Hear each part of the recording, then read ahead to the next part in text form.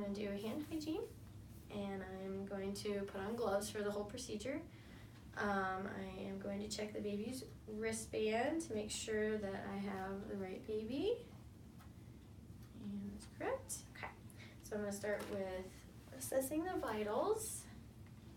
I'm going to listen to the heart for a full minute. And then I'm going to listen to the breast sounds for a full minute as well.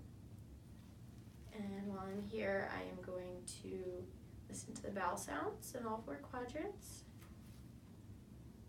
And then I'm going to take the temperature, axillary, and normal range for the temperature would be 97.5 to 99. Normal range for heartbeat is 100 to 160, and respirations should be between 30 and 60.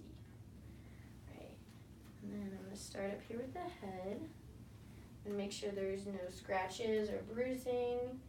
I'm going to look at the fontanelles, make sure they are flat and soft. I'm going to look for molding, which I don't see any. I'm going to make sure they don't have any caput succedaneum, the overall swelling in the head, or cephalohematoma, which would be unilateral, so the baby doesn't have any of that. We'll do the eyes, make sure there's no drainage or make sure that they are 1/3, 1/3, 1/3.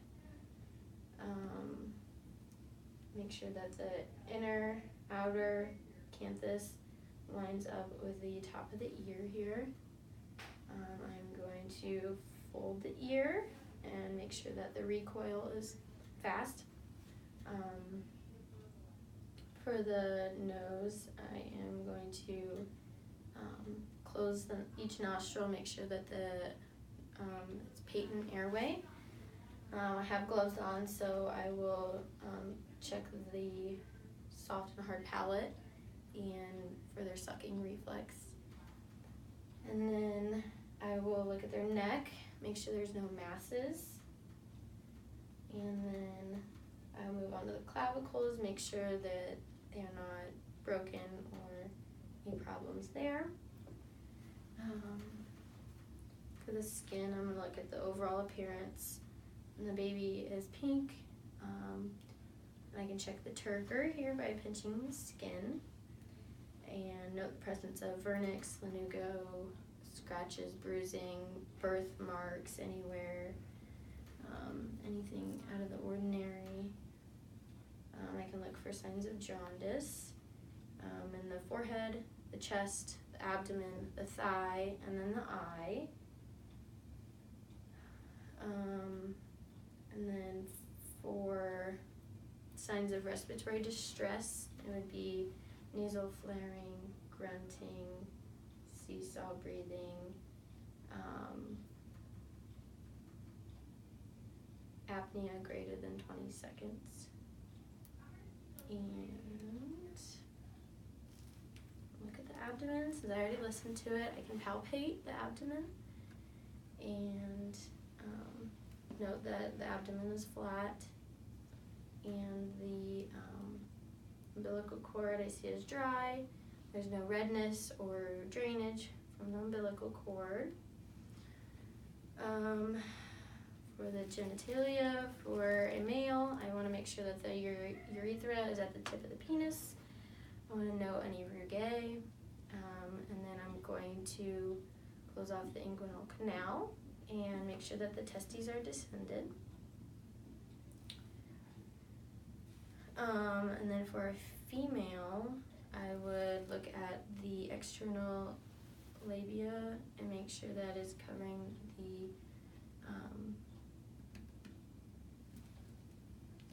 the rest of the structures, and note any discharge that they might have.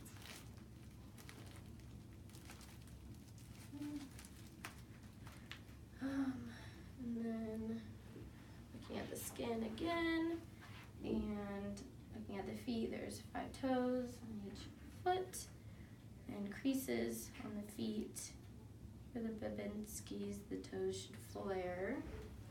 And for the hands, there's also creases, 5 fingers on each hand here. Then I'm gonna check reflexes and bend the arms up and extend them and feel for resistance. And when I let go, the baby should pull their arms back up as a reflex. I'm also going to do the Moro reflex, drop the crib, and the baby should raise his arms. Right. And then I'm going to turn the baby over. Going to look at the spine here. Make sure the spine is midline, there's no curvatures, and then make sure there is no tuft of hair or dimples here on the back. Then I'd ask the mom the last time that the baby had a bowel movement, the last time he urinated, and the last time that he was fed. I'm gonna cover baby back up here.